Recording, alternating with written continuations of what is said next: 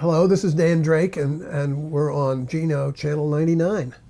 Our guest today is Bruce Miller, a member of the Board of Selectmen, a local businessman, and a good observer of what's going on around the town. Welcome, Bruce. Thank you. I think that's a nice introduction. I'll try to live up to it. So. You got elected to the Board of Selectmen. You were elected to the Board of Selectmen last April. After 6 months, what's your perception? What have you been pleased by? What are your disappointments? I'm pleased by the makeup of the board, which I anticipated. One of the reasons I ran was that I anticipated that we had one of the better boards in recent memory, and it certainly has lived up to my expectation. Not only in terms of the caliber of the individuals, but I'm very pleased with the way we've been working together. And unless there are things going on under the surface that I'm not aware of, there's a lot of mutual respect, and people are listening. And I think for the most part, it's led to a fairly good resolution of most of the issues. I continually to be on the disappointment side. I continually to be. I'm always surprised by how much time we have to spend on routine that is really unnecessary. Sometimes you're at a lot of the meetings, you listen while Patty has to read a 5-minute motion to approve a petition that where she had to read off the number of the telephone pole on a particular road, which from time to time we even don't read it properly, so I can't imagine that it's important, but that's what we have to do. So the process is kind of intriguing, and I'm a very impatient person. Everything out here, everything in government takes longer than it does in small business. And I'm sure you're accustomed to that as well. Does the form of government we have here really work in the 21st century? I don't think so. I don't think it does, and I think people are coming to that realization. I think we need to consider having at least one paid selectman, and I think we need to consider going to representative town meeting. And I think it's one of those issues that the vast majority of people can agree on, but I doubt it'll ever change because the people who go to town meeting don't want it to, and that's where the vote's going to have to take place. What about a town council form of government? That's what I thought I was saying when I said representative. So I perhaps don't have the terminology correct. There is a difference, but I'm not sure it's important. Okay. So, yeah. But for example, from the standpoint of the Hyannis Airport, if they need to get their budget changed, they can go to the town council in any given month and get approval or get it disapproved. They have that flexibility, which is something we don't have. That would even be better. Yeah. I don't know whether it's that would be the case with the representative town meeting, but. Okay, that would be another step. Yeah. What have been your biggest surprise in this position? I've been very pleasantly surprised at how well some elements of the town government work. I mean, and I sort of knew that already from my finance committee experience, but there are some, and I shouldn't be too specific, but I'll point to the one area in particular is, I guess it's now known as Human Services, which is under Pam Merriman.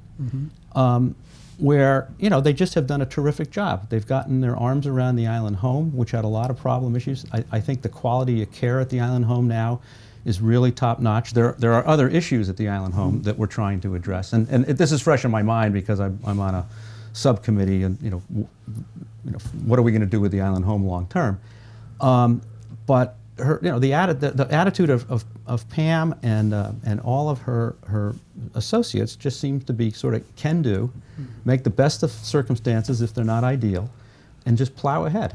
And she's dealing with some issues at the salt marsh, which she never complains. She just gets it done, which I find really refreshing. So. And I probably shouldn't have singled her out because I'm now going to neglect other people who are doing a terrific job. Well, I think it's fair to say, and I trust you would agree with me, that there are an awful lot of very good people who work for the town. There are, and she's fresh in my mind because I had a long meeting yesterday, and but there are others who would fall into the same category. And that's, I mean, like I say, I knew it, but it's just when you're sort of in the front lines, it's really refreshing to see how well some things work because we always talk about the things that don't work.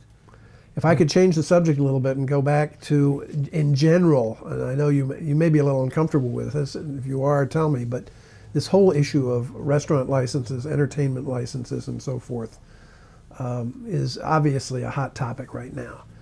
And it was a matter of some discussion, I guess, at last week's board meeting, again last night, and will be over the next few months as the board attempts to provide guidelines, particularly dealing with entertainment and noise and so forth. Obviously, there's a demand for these services. And on the other hand, obviously, as Chairman Raghaveen pointed out last night, there's an attempt to get people to live in downtown, the urban parts of the island, so to speak.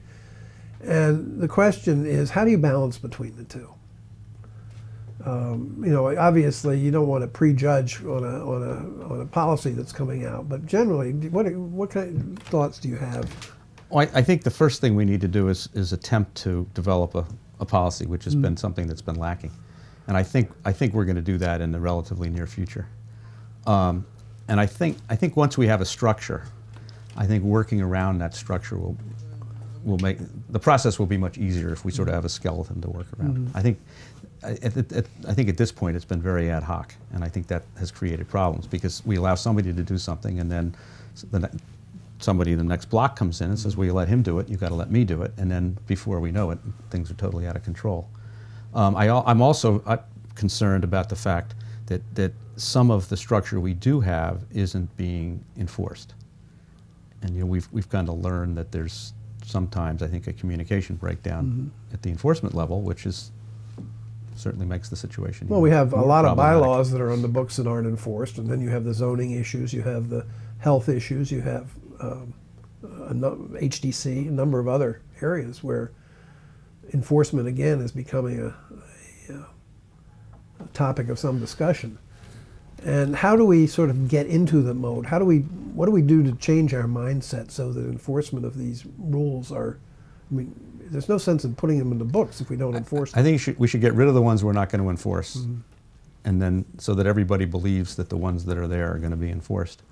And I think with regard to the particularly the noise ones, one of the reasons we have to do a better job is that it puts a tremendous burden on the police. And some of the rules are ambiguous, and I think we're still confused by them. There's a 10 o'clock rule that's sort of island-wide, and then but if the selectmen say on your license that you can go to 12:30, then the neighbor calls the police, and which applies. And if I was a frontline police officer, I wouldn't particularly want to be dealing with those kind of issues on a regular basis on top of all the other things I'm dealing with. Do we need more policemen? No, I don't think so. That's an off the top of my head answer. I haven't really given that issue a great deal of thought. I think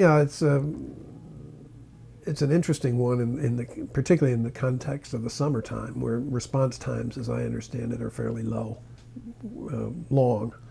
and then in the winter, where there's not nearly as much going on, where the response times are better. I think we have we have more than enough in the winter. We probably don't have enough in the summer, and I just wonder, Chief Pittman has demonstrated the ability to be a pretty good problem solver. I just wonder if there's not some kind of a solution where, and I realize this would get very complicated with union rules and whatnot, but where there isn't a winter resort somewhere where they have exactly the same problem, where if we could be creative, we could figure out a way to have 6 officers go back and forth, just like the airline does. Cape Air planes and pilots that go to the Caribbean for the winter, right? And it works out very well. And if you, like I say, I'm sure it would be complicated, but it might be very appealing to a young police officer who could get onto that kind of a program. So, what about the so-called summer special program? You think that we're getting the most out of that? I think I would prefer to have professionals than to have summer specials. I think. But I would let Chief Pittman answer that question. He's the guy. Hopefully, I'll get the chance to ask him sometime. Yeah. He's the guy that's got to supervise him. But again, he's another one that, in my experience, he is not afraid to take on difficult problems. I think in the past, on some occasions, he has kind of been either reined in or gotten mixed direction from the leadership. But I think if you give him a clear problem and support his solution, that he doesn't seem shy about taking it on. I mean, as we learned 4th of July. I mean, 4th of July was a little bit controversial, but he said, look, just tell me what you want to do and I'll do it. And he did it.